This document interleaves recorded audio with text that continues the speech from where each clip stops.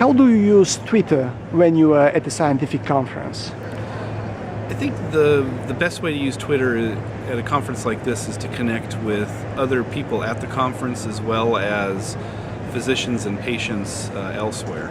So what you're doing at these conferences essentially is that you're taking the information that's provided and condensing it down to 140 characters for Twitter or in different ways for other social media applications.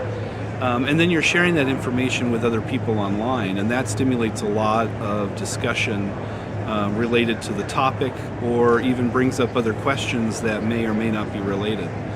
I know at the AAAAI meeting where we are right now, we have a number of folks who are tweeting the conference, and we've even had what we call a tweet up, where we get conference members together who are social media users to share information about how to better effectively communicate what's going on at the conference here. So usually we're attending different lectures, tweeting that information, we're showing some of the results of the scientific papers, and then fostering a lot of discussion online about some of this information. How do you think patients may benefit from Twitter use at scientific conferences? I think the real benefit for patients is that they're getting an insight into what we're seeing here in real time.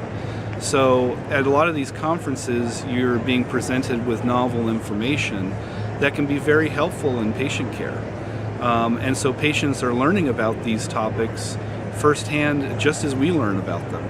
They can ask questions to us, which we can then relay on to other attendees here and get those questions answered, or they can see whether the information that's being presented here applies to their specific condition and foster a lot of discussion related to that.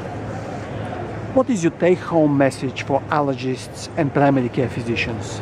I think the big take-home from any kind of social media is to get connected. I've really had a fabulous time learning more about my field through some of the experiences of other people that I've met online as well as in some of these tweet-ups.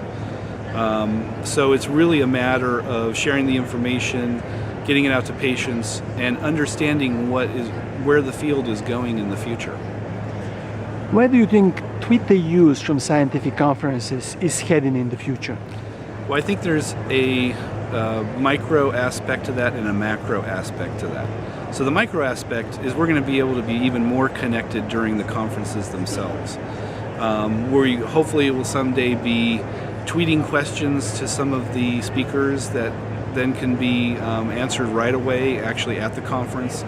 We might even have a live tweet scrolling session going throughout the conference to see how the speakers are talking and allow attendees to see how the discussions are ongoing online.